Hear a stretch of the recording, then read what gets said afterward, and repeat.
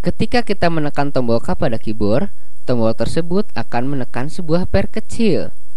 Tekanan tersebut menyebabkan sebuah rangkaian menjadi terhubung. Hal ini membuat hubungan dua elektrik yang menjadikannya sebuah sirkuit. Ketika tombol dilepas kembali, sirkuit tersebut akan lepas kembali juga.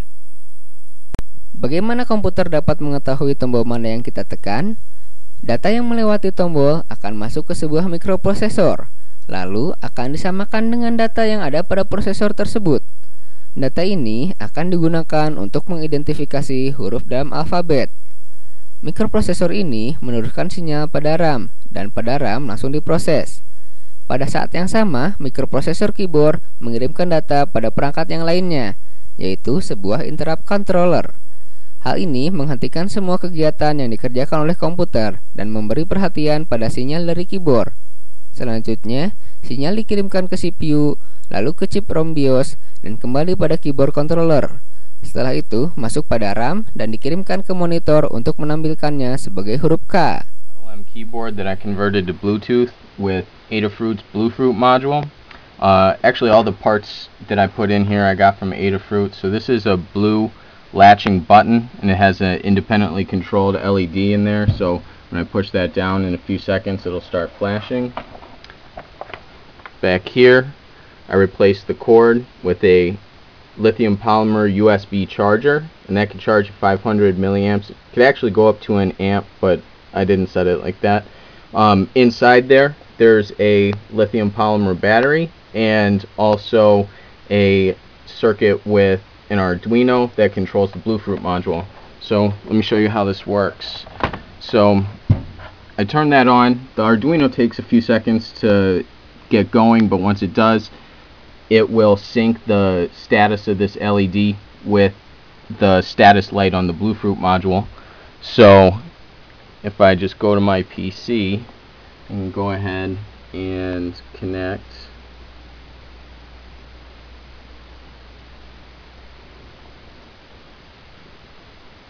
and in a few seconds it'll start flashing slower, and that means that we're connected.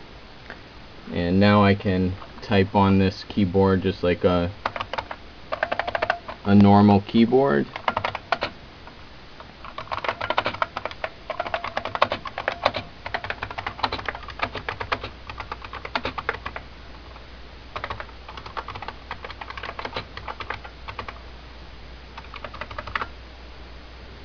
So that's, it's really convenient. I really love these keyboards. They're nice and clicky. They're really well known for that. And the firmware that I wrote for this has some extra features in it. It's based on the open source TMK firmware. So that supports mouse functions and media keys, which the Bluefruit module also supports. So if I hold down a function key, I can control the mouse using the number pad, and you can see the mouse cursor is moving there. So that's kind of convenient if you're using this. You don't need a separate mouse. And then I can also control the volume right from the keyboard. It's a pretty sweet little module they have there. And then you can use it with all sorts of devices too. I got just a regular iPod Touch here, so make sure the Bluetooth is on, and I'll just put that there for a second. And if I hold this down for a few seconds, it'll reset the pairing on the keyboard, and once it's done, we'll see it show up as discoverable on the iPod.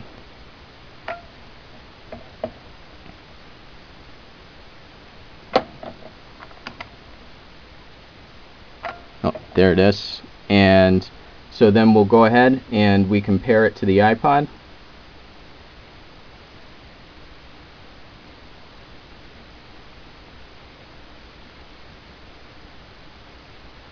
Alright, we're connected, and then we can just go ahead and we can type up a note.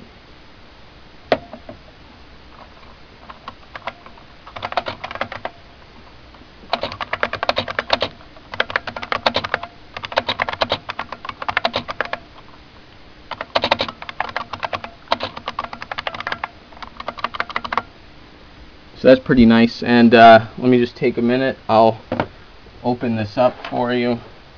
I have all the all of the bolts removed already, except for this one. You kind of don't make them like this anymore.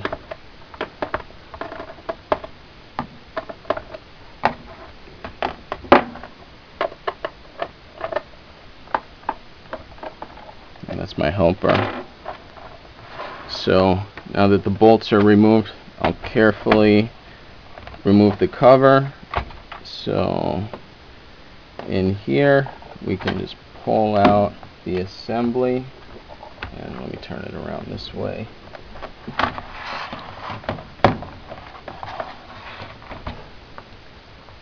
And I'll lift that up, and then we can remove that there, and the assembly just comes out. So this is the assembly's got a nice steel plate here with the stock controller, and we'll just set that aside.